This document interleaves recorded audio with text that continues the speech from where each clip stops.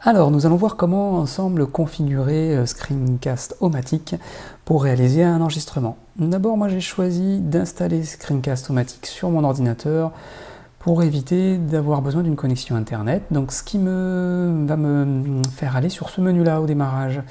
Et je vais lui demander d'enregistrer gratuitement. Je rappelle que pour pouvoir télécharger, là, il faut un compte. Alors voilà, ça démarre. Et bien écoutez, là vous voyez que je suis sur les deux. Alors si vous n'avez pas de webcam configurée au départ, en fait, il vous amène sur écran. Donc là, je n'enregistre que mon écran tout seul. Mais j'ai aussi la possibilité d'enregistrer uniquement ma webcam. Voilà. Bonjour. Si je n'enregistre que ma webcam, peut-être il va vous demander au démarrage de choisir quelle est la webcam que vous allez utiliser. Les deux, donc j'ai la webcam plus le reste de l'écran. Et j'ai la possibilité de choisir où est-ce que je vais placer ma petite étiquette, donc en cliquant à l'intérieur. Par contre, je ne peux pas la dimensionner et je trouve qu'elle est un peu grosse. Ensuite, la durée maximum 15 minutes, c'est largement suffisant. Et puis, dernier point, la taille de l'écran. Enfin non, un point supplémentaire, la taille de l'écran, très important. 720p, ça veut dire que ça représente du 16/9, c'est le rapport entre la hauteur et la largeur. Donc si vous n'avez pas un écran 16/9, je vous invite vivement à ne pas choisir l'option plein écran, mais 720p, et à modifier ensuite la zone que vous allez enregistrer. Comment? Soit en déplaçant ici avec le petit carré, avec la double flèche, soit en restant appuyé sur majuscule sur le clavier, majuscule, et voilà, je clique sur la flèche et j'augmente, cliquez, hop, je glisse, et voilà, ça me permet d'augmenter ma taille, mais sans modifier les proportions.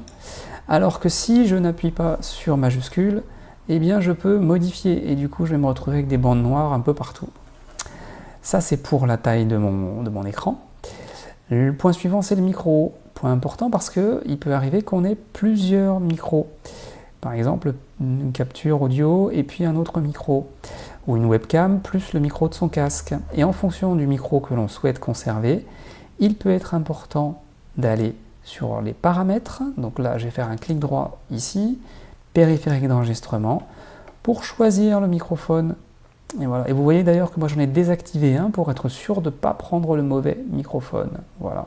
Il est utilisé, je fais clic droit et on pourrait activer ou désactiver. Ça c'est pour le micro, donc voilà, j'ai choisi le bon format d'écran, la bonne taille, le bon micro. Je ne peux pas enregistrer l'audio de l'ordinateur, c'est-à-dire que si j'enregistrais une vidéo, vous n'entendriez pas le son système, c'est-à-dire le son de la vidéo. Et dernier point, les préférences. Alors les préférences, ça peut être important, parce que par exemple, c'est là où on va choisir si on affiche la webcam ou pas, si voilà, on fait pause ou pas. Voilà, c'est ça, c'est des éléments qui peuvent être importants. Est-ce qu'on fait un décompte?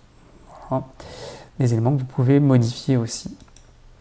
Voilà, donc c'est l'ensemble des éléments que vous pouvez modifier pour réaliser votre enregistrement.